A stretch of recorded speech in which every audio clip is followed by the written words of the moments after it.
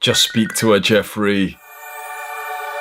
Jeffrey's had a crush on Jessica for so long, but he just can't muster up the courage to speak to her.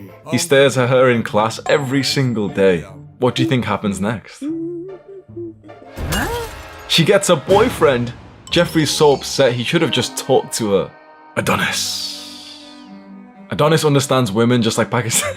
I'm tired of you doing the tax one, bro. Just like Pakistani men know how to avoid taxes. Adonis understands women just like Jeffrey understands the female characters on League of Legends. Obsessively.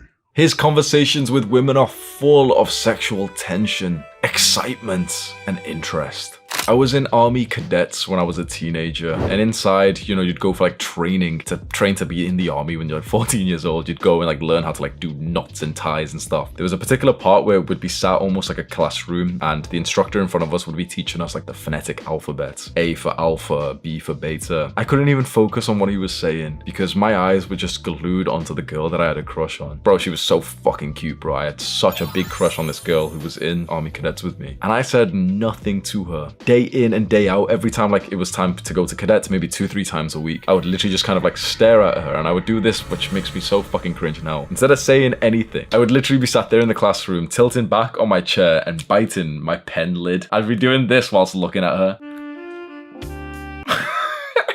I'd be staring at this girl like this, bro. And I had no fucking confidence enough to speak to her. I thought this was game. I thought I was maybe 14 at the time, but I thought this was game, bro. I thought I looked like smooth and like hot as fuck and everything doing this. And eventually there's this big event for cadets where hundreds of us from different groups, different detachments go and like meet up in like this big city, and there's like some big compound that's been reserved for us. And it's like this organized thing where there's gonna be like a big dance, like a ball at the end that we've all got like suits and dresses for and everything. And I remember one of our instructors, one of like the sort of female, sort of more senior girls who was still like, you know, quite young. She randomly just asked me once like, oh, Hamza, like, would you go to the dance with her? Well, yeah, of course I would, yeah. What happened was that she had the other girl that I like, she had like no one else to go with, and you know, I'm last place, but yeah, it's fine, bro. Like, if she's stuck with me, it's fine. A day into this sort of big event, she just kind of like in front of everyone kind of says that she has a crush on someone else and that she wants to go out with him. And even one of like my friends there as well said, oh, but what about Hamza? Like, you said, you know, you should go with Hamza. And she was like, yeah. And I was like, oh no, don't worry about me. Like, you should go with that guy. Oh man.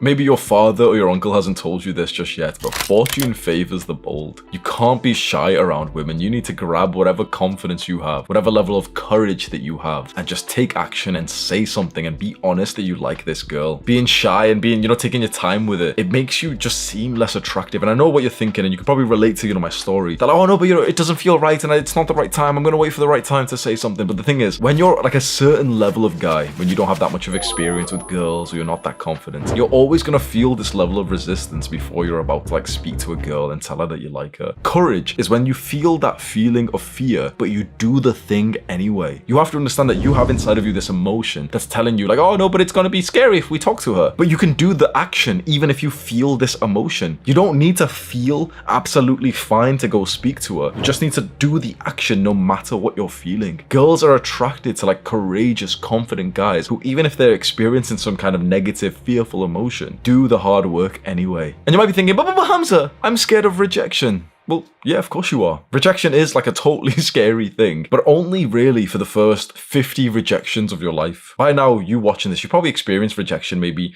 10 times in your entire life, maybe 20 times. Obviously, like online texting shit, like, you know, some girl that you've never even met before on Tinder or something stops replying to your message, that doesn't count. But like a real rejection of you walking up to a girl, saying something in the sense that you like her, and then her saying, oh no, sorry, I've got a boyfriend. Most young guys have only been rejected like 3 times, and it hurts so significantly. But the pain of rejection starts up here, and it goes down dramatically with every single one that you get. And I promise you that any of the guys who are slightly older than you, who are quite experienced with women and, you know, who get like quite a lot of girls, have been rejected by 10 times as many as you can think. Honestly, I may have been rejected by probably close to 300, 400, 500, somewhere around that range in person. And that's not even including like the random times that like some girl on Instagram or Tinder that like doesn't reply to your message. To be good with girls, honestly, a lot of it is just quantity. It's just a lot of practice. How is it that girls actually want you to talk to them? They just want you you to like be honest and upfront with what you actually want from her. So many guys, especially the younger guys who don't have much confidence, like you go about it in this like just this pussy kind of way where you just kind of act like you don't really like her for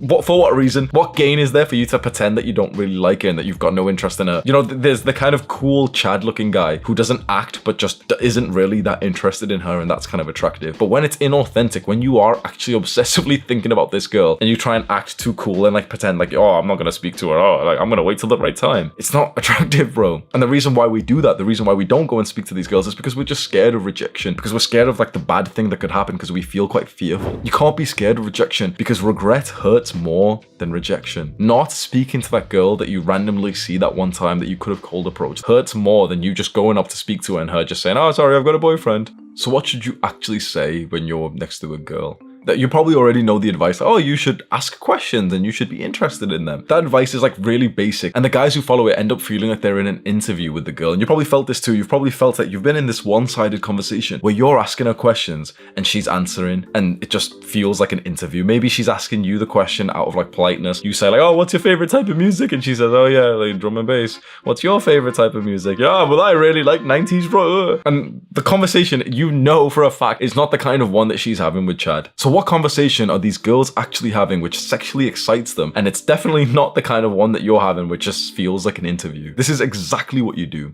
Instead of asking questions and making your conversation with her kind of like an interview, you instead tease her. Teasing a girl is far more enjoyable than going through like this dry, boring ass interview questions of like, what kind of music do you like? You tease her in almost like a slightly mocking tone with like a slight insult. You don't want to just tease her by saying, oh yeah, you're a fat bitch or some shit. But you want to tease her in a way that's quite clearly like not true, so it's not going to hurt her feelings. For example, with my girl now that I'm dating, for our first date, we sat in a cafe together and we both had like a hot drink, and we were in Thailand, right? So we met in Thailand. She's wearing like this beautiful black dress, and this one cafe was pretty warm, so she started to sweat, as you know, it's normal to do in Thailand. And I just started making fun of her for sweating. I was, oh, you did squats in the bathroom, like to warm up before you come speaking to me and stuff. And you know, she had like a bit of sweat. I'm wiping it off her and saying, oh, you're so sweaty, you know, just teasing around with that. That made our conversation flow so well, to the point that I was leaving Thailand that same day, by the way. That was my last day on Thailand. I literally just had like a last minute date with this girl. It was so good. She was meant to stay in Thailand with her brother for like months in the future. We had such a good time together on that date that she literally left her travels early, came back to the UK to be with me. So I made such a great impression on that first date because I focused entirely on this kind of teasing, light-hearted vibe, this sexual energy, before getting into the more sort of serious conversation. Oh, fuck me. Holy shit, bro. When I was in university, I was a fuckboy, right? I was good at sleeping with girls from like Tinder and clubs and everything. And me and my one friend, Levi, we went out onto this club night. Inside the club, you know, we kissed girls and stuff, but none of the girls like were coming out with us. But we leave the club, we're about to go home, we've gotten an Uber, and we see these two like cute looking, like bro, sexy looking girls, like hot looking girls. It was very interesting because the two girls we saw were like exactly our type. So we go up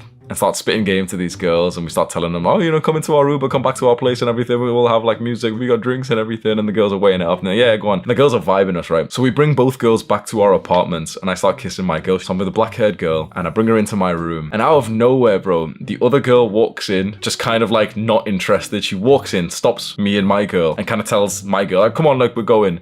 I'm like, what the fuck? So what, you know, like, why is my friend not held it down? Like, come on, bro, just take care of your girl for like another 5 minutes, bro. All I needed was 5 minutes, bro. He sat there on his bed just looking defeated. I'm like, bro, what the fuck? All you have to do is just like keep her busy. Like, if you're not gonna fuck her, fine. But like, I was about to, bro. What the fuck? Like, why is your girl coming to my room and interrupting me and taking her away? And they've just went home now. And he just looks at me, he's like, oh, bro, I've got no fucking game. Like, he usually is kind of a smooth guy, but this is literally what happened. This guy brings his girl into his room, and they sit there with like the bright light on, no music playing or anything. They just sat there at the edge of his bed, and he's just asking her interview questions. So like, what kind of music do you like?